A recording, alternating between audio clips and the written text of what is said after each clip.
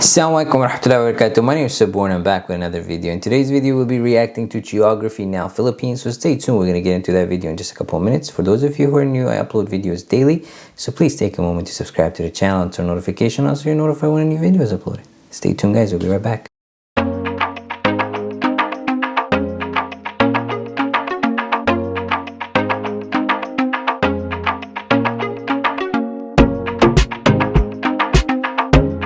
Thank you very much for coming back. Let's get into the video. If you don't know anything about Asia, the Philippines is like the jolliest of them all. They're just happy, fun, jolly people. And You know what? It's been 3 years. I'm not taking this anymore. I've been pushed around, I've been threatened, I've been thrown in the dungeon, I've been the butt of all the jokes. I'm the Filipino one. This is my time. My time!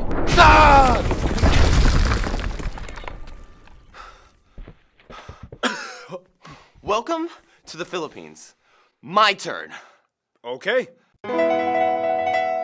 It's time to learn geography. Now! Hey everyone, I'm Ken, and as you know, I'm half Filipino. Years ago, I was looking for a job and I saw this ad asking for a motion graphics animator on Craigslist. Paul and I literally met up at a Jollibee for my interview. He said I was his top 3 candidates. In reality, there were only 3 candidates that applied, so technically I didn't lie. But yeah, the other 2 people kind of sucked, so yeah. Oh, and back then, I had this weird mustache and Paul's hair was basically this thing. Ken and I have been talking for a long time, and we agreed Ken definitely has to be in this episode. You've come so far from that Craigslist Jollibee interview, you've earned this. Thanks. Handa na? Magsimula.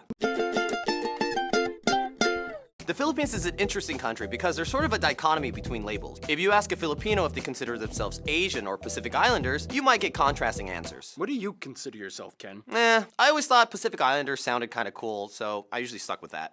So first of all, The Philippines is a tropical archipelago of over 7,000 islands, about 2,000 of which are inhabited, and it is the largest island nation without any land borders or shared island territory with another nation. the country is located in Southeast Asia, straddling the Philippine Sea in the north, the South China Sea in the west, and the Sulu and Celebes Sea in the south. Just a skip away lies the island of Borneo, which is split amongst 3 nations, at the closest point only about 22 miles or 40 kilometers away from the nearest island that belongs to the Philippines. Now in general, many people will refer to one of the 3 main island cluster regions that people are a part of. There are Luzon in the north, where you can find the capital Manila and where the half of the population lives, Visaya in the center, and Mindanao in the south. Otherwise, the nation is made up of 17 regions, one of which is autonomous, the Bangsamoro Autonomous Region of Muslim Mindanao. This place has a high level of self-rule and autonomy appointed by the government. We'll explain more about this later. If you want to be absolutely technical, Quezon City, a bit north of Manila, is the largest city in the Philippines. However, the surrounding 16 towns and cities by Manila are called Manila Metro, or the National Capital Region, and they basically act as one unit. Otherwise, the largest city outside of the NCR are Davao City in Mindanao and Cebu in the Visayas. Manila has the largest and busiest airport, Ninoy Aquino International Airport, which is basically the hub that services the entire NCR. They also have the busiest shipping port at the Port of Manila. Otherwise, the second largest airport is Cebu Mactan International, and rounding out for third place is Davao City Francisco Bangoy International. In terms of land transport, though, the Philippines is well connected amongst the islands. In fact, the longest highway is the Pan-Philippine Highway that stretches about 3,500 kilometers across the country and connects Luzon, Samar, Liet, and Mindanao with underground tunnels connecting them. Finally, the Philippines has only 2 territorial disputes. The state of Sabah in Malaysia on North Borneo. The territory once had been part of the Sultanate of Sulu, a Muslim state that existed the 15th century to the 20th century, and that's a whole other story. As for the others dispute, as we mentioned quite a few times already, this whole area known as the Spratly Islands is a complete mess. If you don't know anything about this place, it basically goes like this. Yeah, it's pretty crazy. This is the map showing what everyone claims in the area. This big one right here is China's. Like, yeah, they just kind of pretty much went for all of it. This has even led to a few skirmishes between nations that have built patrol stations on the islands, and when they spot a ship that gets too close, things can get kind of ugly. It's kind of like this. Hey, what are you doing? This is my area. I'm just doing some fishing and research here, you know? Why do you have a shovel then? Are you building something? Or? Well, technically there's no land protruding from this reef, so there's no land claim. So you're just gonna build your own land? For research. Anyway, here are some notable spots of interest. Fort Santiago, Magellan's Cross, San Agustin Church, Sagada Hanging Coffins, Aguinaldo Shrine, Cebu's Philippine Taoist Temple, Shrine of Mama Mary in Tagaytay, the Lapu-Lapu Shrine, Luneta Park, MacArthur Landing Site, Bunawi Rice Terraces. the Malacanang Palace, Vigan has many historical and colonial buildings, the various national museums of history and arts, tons of amusement parks, and that's not even including all the natural wonders of the Philippines. They have an underground river, the most amazing, beautiful beaches in the universe. hills that look like lumps of chocolate, And there's an island in a lake, in an island, in a lake, in an island. We should hang out sometime. Yeah, when you have 7,000 tropical islands on a volcanic archipelago, chances are things can get pretty crazy landscape-wise. Which brings us to... The actual physical land of the Philippines is the biggest treasure you will find here for sure. Anyway, the Philippines lies on the Ring of Fire and is specifically on a tectonic plate named after them. Let's just stop here before they go any further. Mashallah, beautiful, beautiful, beautiful country. Those green hills, lots of sceneries from all the places that they have. I love the beaches from the pictures that what they show, and I've heard that Cebu as well as Palawan is like the nicest areas to visit. So I'm really excited. Let's continue with the rest of the video. The Philippine Plate. and about 95% of the land is made up of the 11 largest islands. The country was essentially formed through the tectonic activity between the Philippine, Manila, and the Mindanao Trenches, the Mindanao being the second deepest in the world. This makes the country susceptible to small earthquakes and minor volcanic activity. About 53 active volcanoes can be found in all of these largest islands, except for Palawan. The most famous and picturesque of these include these three. See this island here, Camiguin? It actually has more volcanoes than towns on it, 7 versus 5, making it the place with the most number of volcanoes per square kilometer in the world. In fact, the tallest peak in the Philippines is a potentially active volcano, Mount Apo, located in the South Mindanao area. The country has numerous mountain ranges and highlands that dip into the fertile valleys, the largest range being the Cordillera Range in the North Luzon area, hooking into the Sierra Madre Range on the east side, which feeds the longest river of the country, the Cagayan, that flows into the Cagayan Valley. This valley, along with the Central Luzon Valley, are the largest arable croplands and produce nearly all of the rice in the Philippines. The Visayas are known for growing the most sugarcane, whereas Mindanao specializes heavy in coconut and fruit production. Back in Luzon, though, you can find the largest lake in the country, Lake Laguna de Bay, which is actually in the caldera of a dormant volcano. The lake has a weird detached island called Talim and is actually drained by the Pasig River that flows through the capital, Manila. And finally, the country is the heart of typhoon territory. They can come at almost any time of the year. The nation will experience on average about 20 of the turbulent storms annually, which often flood to their many river systems. But yeah, if anything, Filipinos are the most cyclone-adapted people on Earth. They're used to it. The water has always been kind of their thing. Swimming, sailing, fishing. Just not exactly quite diving into it. Otherwise, the Philippines is one of the 17 mega-diverse nations on Earth. They actually have the largest level of marine biodiversity in the world within their waters and the highest rate of animal discovery on the planet, with 16 new mammal species that were discovered in the past decade alone. They have everything from The longest snake in the world, the reticulated python. the largest fish in the world, whale sharks, 7 of the 8 known species of giant clam are found in the Philippines. the world's smallest hoofed animal, the Philippine mouse deer. And their national bird is the largest eagle in the world. Economically speaking, the Philippines is considered a newly industrialized nation. It is transitioning out of becoming an agricultural-based system to a service and manufacturing-based one. They have like 3 of the top 10 largest malls on Earth. Ooh, just you wait. I'm taking the top spot soon.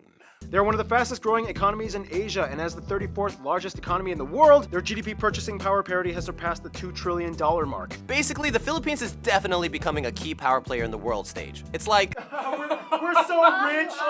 Wealth and prosperity.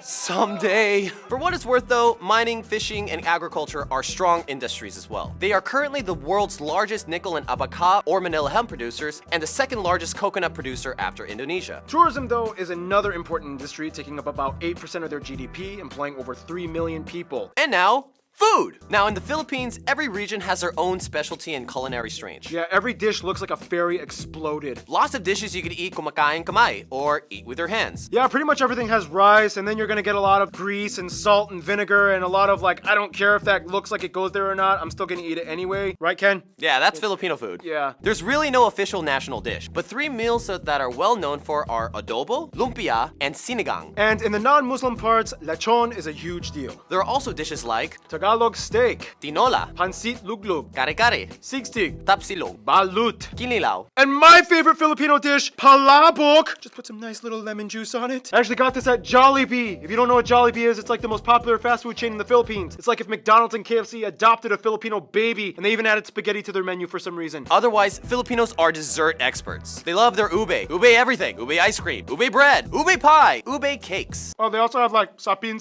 and cassava cakes. Those are the best desserts in my opinion. They also have halo-halo, leche flan, turon, bukok, pandan, and puto. What you call me? If you're either Latin American or Spanish, you may notice some of those foods are also found in Latin cuisines. And there's a reason for that. Yeah, we'll explain that in...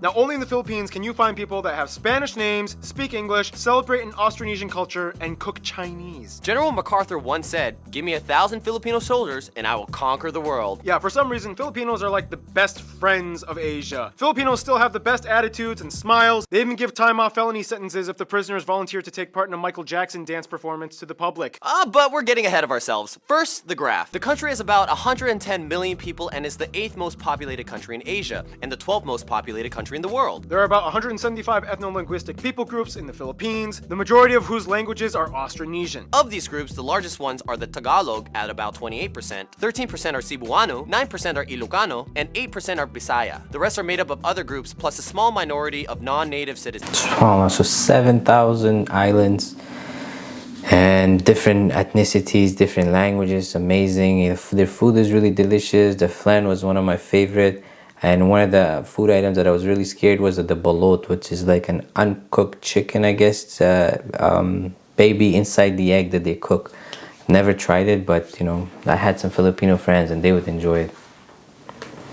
Mostly Asians and Americans. It's important to note, though, that the Philippines has about 10.2 million people overseas worldwide. It is one of the largest diaspora populations, spanning over 100 countries. The US alone has about 4 million. I mean, they were at one point colonized by the US, so go figure. They use the Filipino peso as their currency, they use the types A, B, and C plug outlets, and they drive on the right side of the road. Oh, and keep in mind the word Pinoy is synonymous with something that is Filipino. You might see that used a lot. Now back to the ethnic groups thing. Since there are over 175 of them, you would think, how do they all communicate? Well, the Philippines has 2 official languages. English, which makes them the 5th most English-speaking nation on earth, and Filipino, which is the standardized version of Tagalog. The Philippine Tagalog language spoken today is very different from pure Tagalog. It actually has about 14% Spanish, 10% Malay, and 7% English mixed into it with a slew of other borrowed loanwords. You can see the influence in words like pintelador, guapo, zapatos, and pamilya. Often, Filipinos will substitute an F with a P. Or a V with a B. Or a V with a B. Yeah, same with Koreans, actually. Yeah.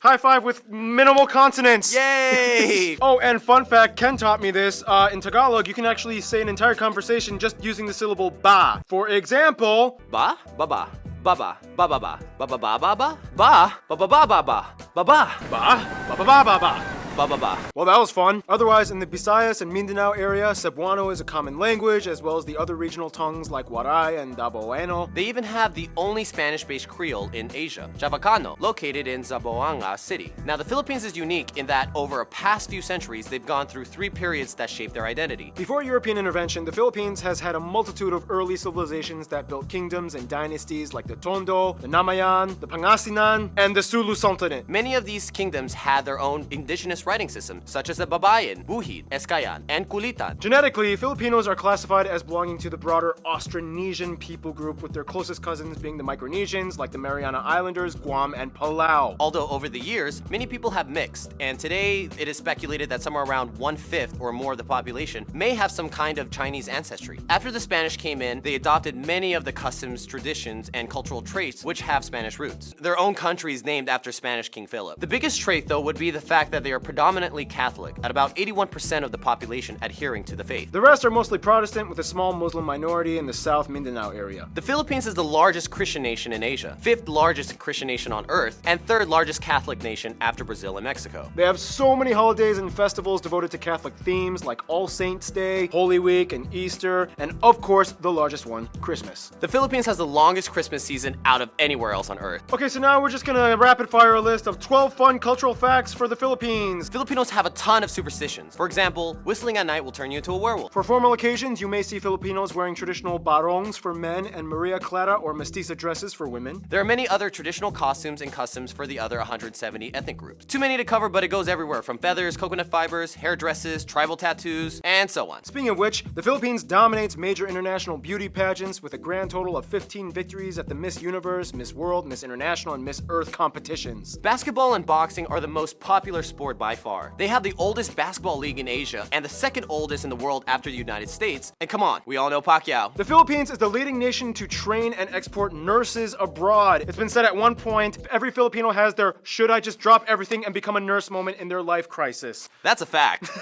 I've had those. And the word balikbayan means returner or returning family. It is used when someone comes back from expat work abroad. You might hear the honorific title of po or opo for elders, and a lot of people often raise the backs of the hands of their elders to their forehead as a sign of respect and say bless. In the Philippines, you have your name and you have your Pinoy nickname, and they get really weird and creative. Pepsi, Bing Bong, Jelly Boy, Pinky, Bum Bum, and Earl. Every Filipino on every island in every region can tell you Filipinos are obsessed with karaoke. The first karaoke machine was actually patented by a Filipino, Roberto del Rosario, even though some Japanese dude invented it, but he patented it. Obviously, that means music is a big deal in the Philippines. Besides taking modern cues from American pop, they also have traditional styles. Instruments include things like gudyapi, kilitang, gimbal, kubing, and togali. In addition, there are many different styles of dance, but the most famous one considered the national dance is tinikling, a dance done between two pairs of perpendicular bamboo poles that are clapped together as percussion tools, and the dancers must weave their feet in and out in the spaces before getting hit or tripped. Now, on a bit of a more objective note, we do have to talk about some of the controversies. The Philippines is beautiful, but if you've been keeping up with current events, they do have their fair share of issues that have made headlines. We don't sugarcoat everything here. Human trafficking, whether in the sex industry, slavery, or organ smuggling, has been a problem in certain areas. And even though anti-trafficking acts have been passed by the government, enforcement has not always been on par. The drug trade has also been a major inconvenience for decades, affecting millions. SubhanAllah.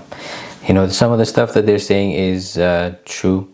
They're really, really good people. Karaoke is really big. Anytime they have like a gathering, you'll see they turn the karaoke on.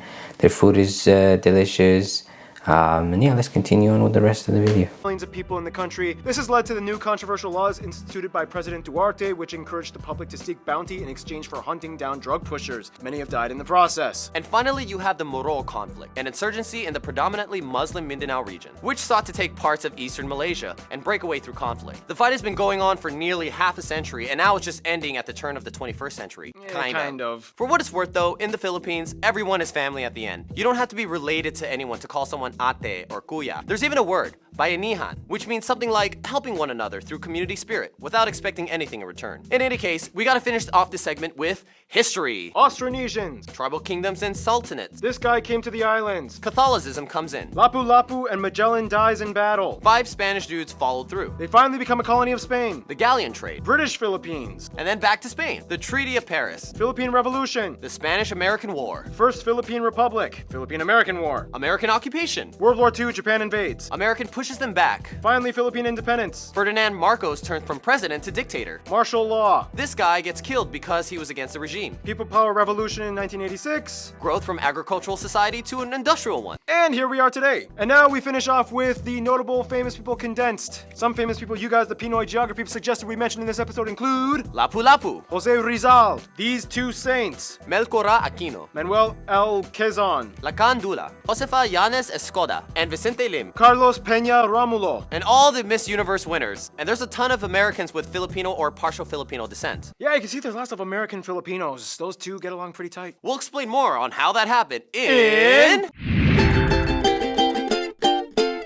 Because of the long history in the Philippines being colonized by 2 major Western powerhouses, it would make sense that it would have ties with the outside world in many different ways. For friends, the Philippines is generally close with all the ASEAN nations and does great business with them, particularly Indonesia and Malaysia, their closest neighbors. The Marshall Islands, Palau, and the federal states of Micronesia are all cousin countries, many of which have Filipino migrants in them, and they all share the same history of being former US territories and US influenced states. Of course, Spain will always be in the back of their minds as the former colonizer that that they gained much influence from. Although Filipinos are not considered Latino, the Spanish and many Latin Americans kind of see them as like the adopted Asians that totally fit in their family. It's like, come on, you're Catholic, you eat flan, every fifth word you speak is Spanish, you're basically one of us. Interestingly enough, the relationship with Mexico has historically been always strong. The Philippines was ruled under a Mexico-based viceroyalty of New Spain. The Manila galleons were Spanish trading ships, which for 2.5 centuries linked the Philippines with Mexico across the Pacific Ocean, making 1 or 2 round-trip voyages per year between the ports of Acapulco and Manila. And Mexican traditions were brought in like the Day of the Dead and Champorado. When it comes to their best friends, however, most Filipinos would probably say, even though colonial years were a little bit bumpy, ultimately the USA and South Korea. South Korea was one of their closest best friends from the 20th century on. World War II really bonded with them after the Japanese occupation years, and they supported each other diplomatically. Koreans are the top #1 tourist demographic that visit the Philippines. Koreans kind of admire the fact that even though they were both influenced by the US, Filipinos speak better English, whereas Filipinos practically obsess over Korean products and media. Us. That's why we're... For the USA, ties were close ever since they became their colony in 1898. The US also had the largest number of overseas Filipinos at over 4 million, most of whom live on the West Coast states like Hawaii and California. They are one of the oldest Asian partners of the US. They have a mutual defense treaty, and they are the largest export partner and second largest import after China. American pop culture dominates much of the youth influence. Hollywood studios love filming there, and Gallup polls have shown that the USA is favored on average by over 90% of the people asked, making it one of the most pro-American countries on the planet. And Ken, you take the conclusion. In conclusion, if you enter a room full of Asians, you definitely know who the Filipinos are. While everyone's so uptight, we're the ones singing karaoke and somersaulting. You could just feel the energy of a Filipino. There's a touch of Latin flavor with American pop undertones. But in the end, no matter what island, you're immediately considered part of the Pinoy family. Ken, you're one of my best friends. I love you, man. I'm so proud of you. Thanks. Stay tuned. You know, as growing up, I had a lot of Filipino friends, so I can attest to this. Really good people. The food was delicious. I had been part of their functions, and yeah, I have really good experience from it. And this was also enjoyable to see a little bit more about the history and what the country is like. So hopefully one day we can visit them and see those beautiful beaches, try some coconut that they have, as well as sugarcane. So yeah, if you guys enjoyed this video, as always, please don't forget to like, comment, share, and subscribe. If you'd like me to react to another video, please put in the comment section below. I hope you guys have yourself a wonderful day. Take care of yourself and your family, and inshallah I'll see you in the next video. Take care and wassalam.